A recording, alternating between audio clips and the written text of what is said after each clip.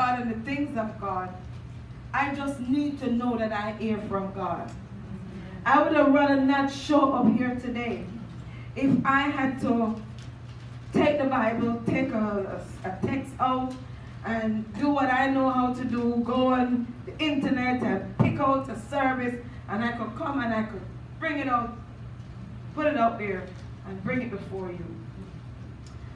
But I don't do that. Because when you come here, you let Pastor Jackie and myself know that you trust us. You trust us enough to know that when we say come, you're going to get something from God. Amen. So I can't afford to deceive you. Sister Anne-Marie, can I get back one with some hot water and the lemon, or the honey, or whatever it is? And I am here agonizing, God, what do you want me to tell you people? And I'm trying to plan not a message, because I told you before, this type of setting is not a preaching setting. It's not about preaching, it's about where we come together and iron sharpen iron. We share what we have and we learn how to minister more effectively. That's what we've been doing all morning, right? It's not the setting where you come sit out there and one person talk and tell you everything. Everybody gets to be a part of what's being done. But I know I have a role to play. And so I'm so concerned. And then, as I continue to go about my business, the Lord began to say to me, say, thus saith the Lord. And I'm like, no, Lord. Anybody here do that? Just me? Not in a rude way. I'm like, no, Lord. No, come on, Jesus. No, okay, God. No, Lord. No, Lord, no. I said, Jesus, you got to be kidding me. You got to be playing.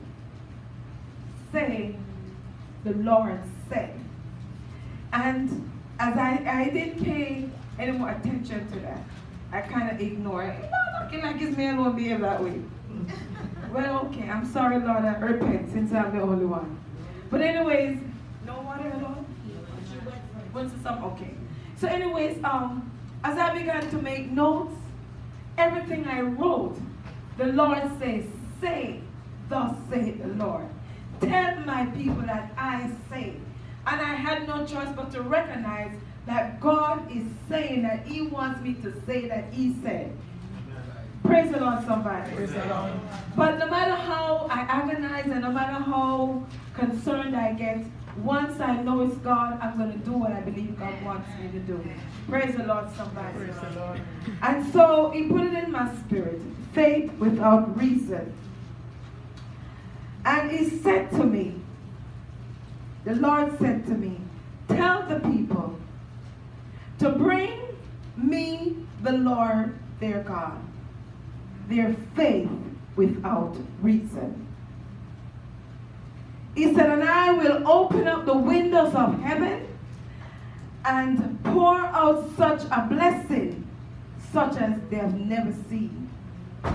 And because I am the Lord their God, I will do it according to my name. He said, tell them, and my name is many. He said, tell the people, I will fix the broken pieces in their lives. He said, tell them, I will drive out sickness and diseases out of their bodies.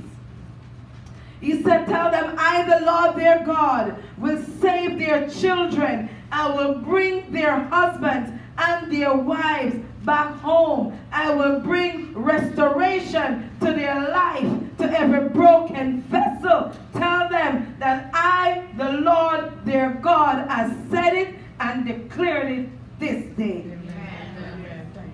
He said, tell them that I will deliver them from evil.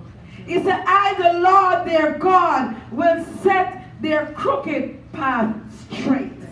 He said, I will heal their land. I will provide plenty in the time of famine. He said, tell the people that a great famine is coming to the earth realm again. Amen. He said, but tell my people that I have already made for my people. He said, tell them.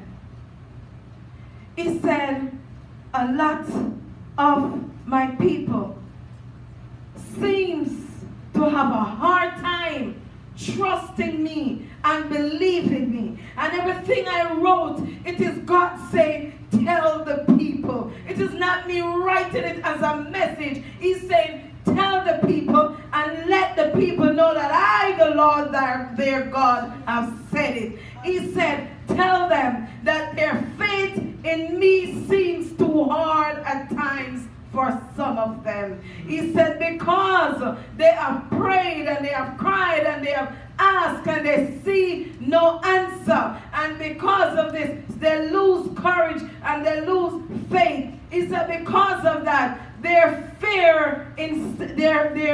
faith becomes fearful instead of faithful. He said, tell the people in Psalms 107:6. He said, tell them that I have heard their cry.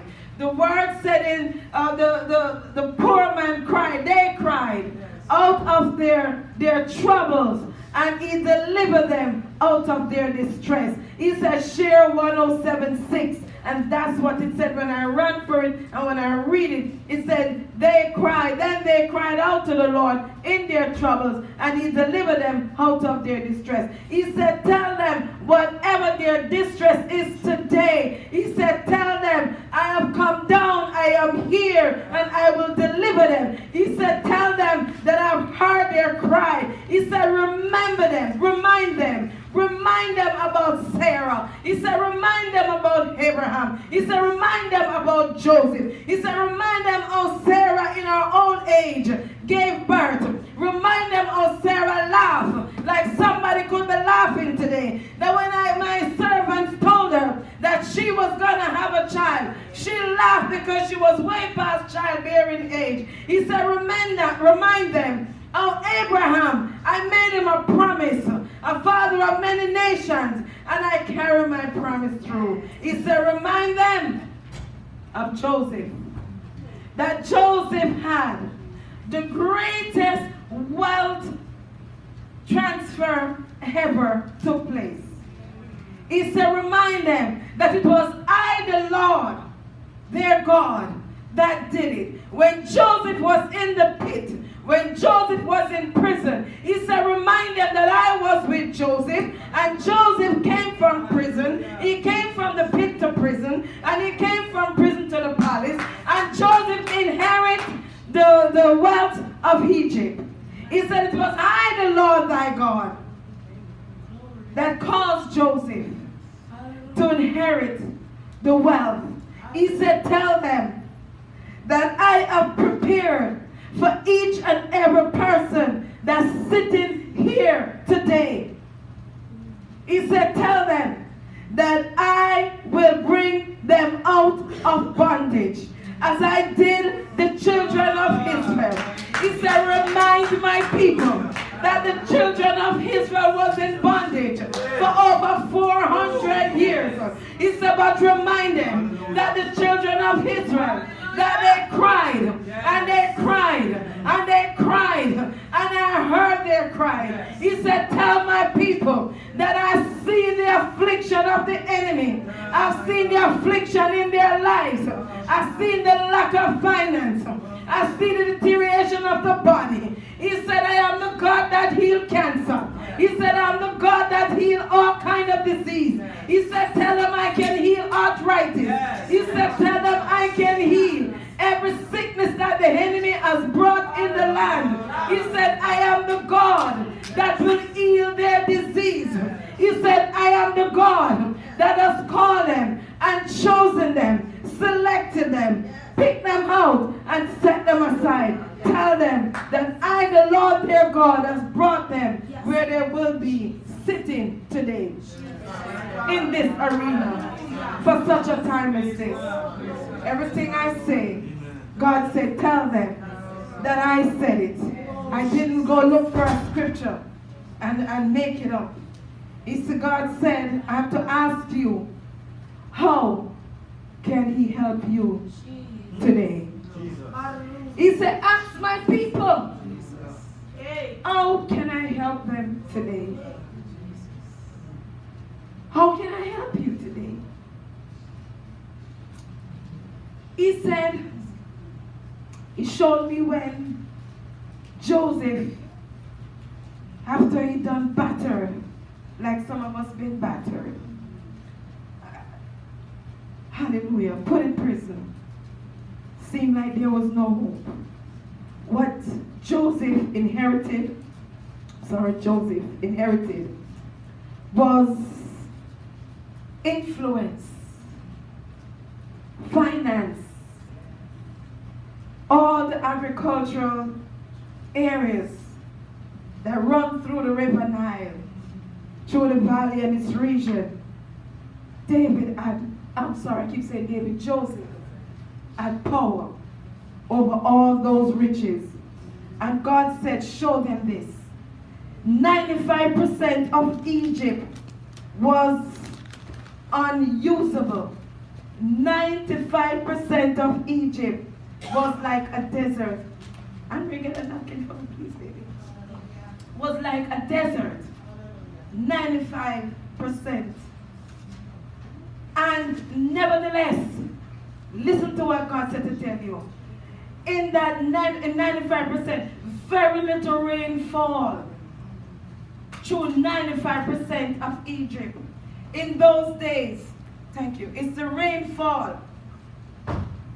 It's the rainfall that they depend on to feed the cattle. That was their riches outside of silver and gold. The cattle was their riches. So if there's no rain to take care of the cattle, then there's no cattle, there's no riches. And 95%, he said, tell my people that 95% of the land was barren, it was desert, with little rainfall.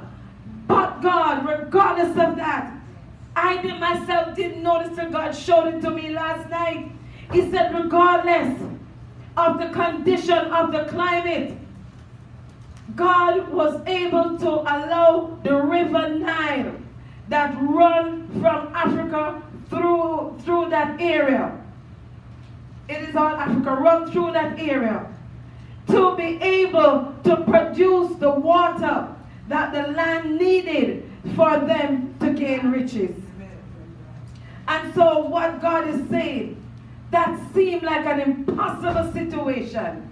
The average person would not have expected anything good to come out of that land, to come out of that area. How could Joseph inherit such wealth when there was such a bad climate, environment, and disaster where there's no rainfall?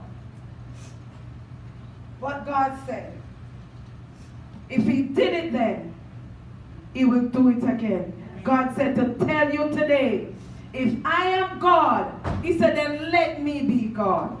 He said, if I can change the climate, if I can cause water to go through the desert land, and so the land could be rich enough to be the richest land in that time, how much more can I do if you let me be God? That's what God gave to Joseph. And so, God said, he's here today. He said to tell the people that the Lord your God is here and he's ready to bring you into victory. Somebody give the Lord a hand.